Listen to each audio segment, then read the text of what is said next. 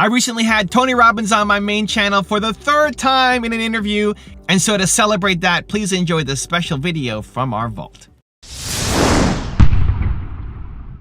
So what do you think was the first real breakthrough that you had as a teen that started you on your path, and how did you get there?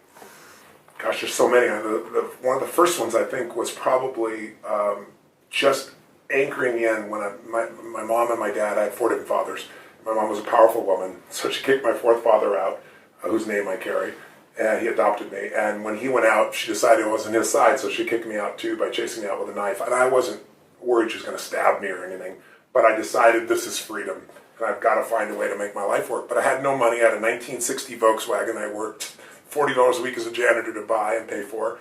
And so I had no car, I had no money, I had no anything. I went and slept in a person's laundry room, and then I decided I've got to figure out what to do, and I needed to feed my mind because I was so depressed, I was so overwhelmed. I'm missing my brother and sister and feeling just completely out of sorts. So I got on a bus and I traveled 14 miles, I remember, because I ended up running it one time. And I went to this bookstore and I bought this book called The Magic of Believing by Claude M. Bristol. It's the first real book other than maybe Think and Grow Rich or Emerson's essays. And I started on this journey of saying every single day I'm going to feed my mind. I'm not going to hope good thoughts show up. I'm going to read biographies. I'm going to find out what makes people tick. I'm going to understand what makes me tick. And I wanted to read a book a day, but I didn't do that. I took a speed reading class and I read 700 books over 7 years. And they were all personal development, human development, psychology, physiology. And then what I try to do is take anything that I learned and apply it. And then when I applied it, I was 5'1" in my sophomore year in high school. I'm 6'7" now. I tell people the difference is personal growth, really. But sincerely, I became Mr. Solution because I wanted to help everybody. So I was this little fat guy, and I couldn't lose weight, and I lost weight. And all my buddies are like, "How'd you do that?" And I said, "Well, here's what I did." And they lost weight, and then we all got girls. And that led to, as a young kid, that led to where, if you had a problem, I was Mr. Solution. Especially if you're a girl, I was more motivated to help you. So the breakthrough was really understanding the power of compressing decades into days. That if someone has spent decades of their life and they compress it into a book, and you can read it in an hour or a few days, you have such an advantage, because when you learn by your own experience, it's painful and it's slow. When you learn by other people's experience, everybody knows in the financial world, other people's money is leverage, right? Well, other people's experience is more powerful than other people's money, because you can have the money and lose it. But if you get the experience, you can change it all. So I think that was the beginning for me, and it sent me on a lifelong path of hunger. I've never lost my hunger. Most people feed their minds with garbage, and that's why most people don't like their life. When you have a problem in your life, whether it's in your business or relationship, whatever problems come up, you have 2 options. Option 1 is you fix the problem, is you learn, is you get better, is you educate yourself, is you improve yourself to try to tackle that problem head on. You see the problem and you run directly into it. Option 2 is you run away from it. You escape. You pretend like it doesn't exist. You run away. You hope that it goes away on its own. It never will. And that's where most people live. Most people don't tackle problems head on. Most people don't accept accountability, responsibility, try to improve, try to get better, try to learn. Most people, they want to escape. They want to complain, they want to blame, they want to run away. They don't want to have to deal with that problem. And that's why most people's lives, they're not happy with it. If you're happy with your life, great, but most people aren't. Most people are not happy with where they are at, and it's because they spend most of their time escaping instead of learning and improving and fixing. Look at content, look at YouTube channels, look at movies, look at the YouTube channels that you subscribe to. Look at most of the content that gets created. It falls into 2 buckets. The first bucket is educational. The first bucket is how-to. The first bucket is I'm going to feed my mind with greatness. I'm going to feed my mind with a skill or a new tool set that's going to help me get to where I want to go. And the second bucket is escapism. The second bucket is comedy, is jokes, is laughter, is making fun of somebody. And what are the trending videos? Go to the top trending videos on YouTube right now. It's going to be mostly the second category. It's the escapism. It's the I want to lock away my brain and shut off the rest of the world and just pretend like I can laugh at somebody else's problems instead of dealing with my own. That's what most people do. Instead of fixing their problems, most people come back home from work and then they spend an hour or 2 or 5 binge watching comedy and jokes and entertainment so that they don't have to deal with their own problem. And now there's nothing wrong with a good comedy movie, there's nothing wrong with laughing, there's nothing wrong with entertainment, but if that's where you're spending most of your time, instead of actually fixing the problems that you have and getting better and growing and learning, you're never gonna get the life that you want. Period. It's why most people are looking forward to the weekend, and most people looking forward to that vacation that's coming up. You're escaping instead of running towards the problem and fixing the problems that you have and actually building a better life for yourself. You're escaping, and you can't wait for that vacation and that weekend to come.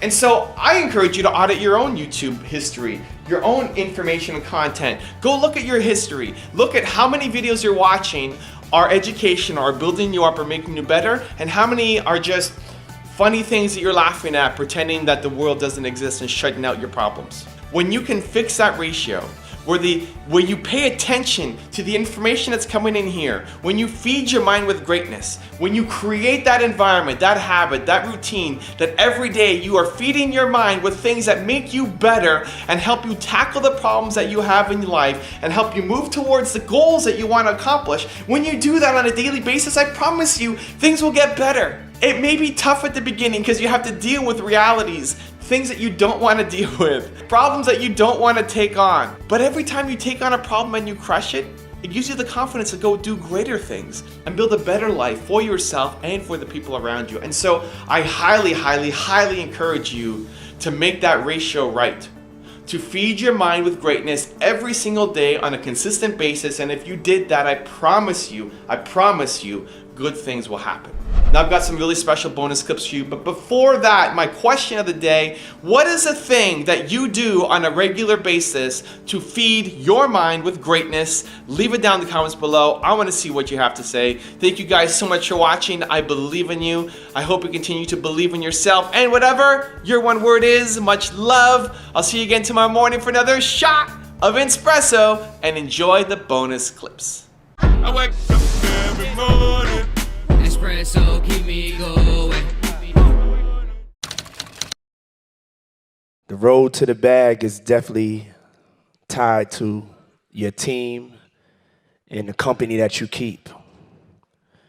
If you are surrounding yourself with different energies that's not on the same wavelength as you, if they not praying for you, inspiring you, supporting you, or showing you a better way, Hello? remove them immediately. Or you could take them to church. Pray for them, take them to church, but you can't help them get there, though. You got to take care of yourself. You know what it's called? It's like we was talking about the other day. It's like being on an airplane, and the thing come down. You got to take care of yourself first. You know what I'm saying? Put the mask on. Put the mask on. Really take some time and really look at who you're surrounding yourself with. Look who's to the left and to the right of you. Are they like-minded? Are they disciplined? Are they pushing you forward? It's so simple for us to solve this. A lot of the hardest problems are so easy to solve. We just have to take those steps, which are hard. And be mindful of that, because trust me, that energy is going to affect you. If you're around thugs and gangsters, you're going to be in jail. If you're around cats talking negative, you're going to be negative. If you're around some brokenness, you're going to be broke. Preach, Puff If you're around some money, if you're around God and some money, you on your way. You on your way. You on your way. I want to make some money. I can't really be successful by myself. I need other people around me, so you are as great as your team. I mean, any life is different, and I try to just remember that, you know, it's really been the people surrounding me growing up and my family members, but also my friends that kind of formed who I am. So I do believe a lot of that context and environment, and, you know, is part of creating who we are, not only nature. So, you know, I would want to do that with, you know, with a family one day too, if that's the case. I'm telling everybody that I know, everybody that are a few years younger, because I did have some amazing people, like I am now mid-20s, who are great support to me and who I was able to open up to. And even though it's really scary to sometimes kind of reach out and ask for somebody just to have a little chat about anything, it's normally like I truly yet still remember those people who just open up their arms and like, of course, let's just go out for a coffee. I'm like, come on, I went through the same thing. Yeah. And that is what you maybe have the illusion of, like, I'm the only one. and it's usually never ever the case. You can do anything, you can be anything.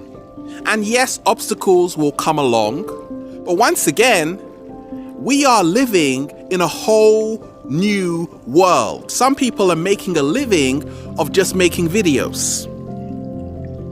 One of my favorite YouTubers, Jenna Marbles. Genius. Just a short video every single week, but she's creating abundance. What about Michelle Phan? Right? Makeup.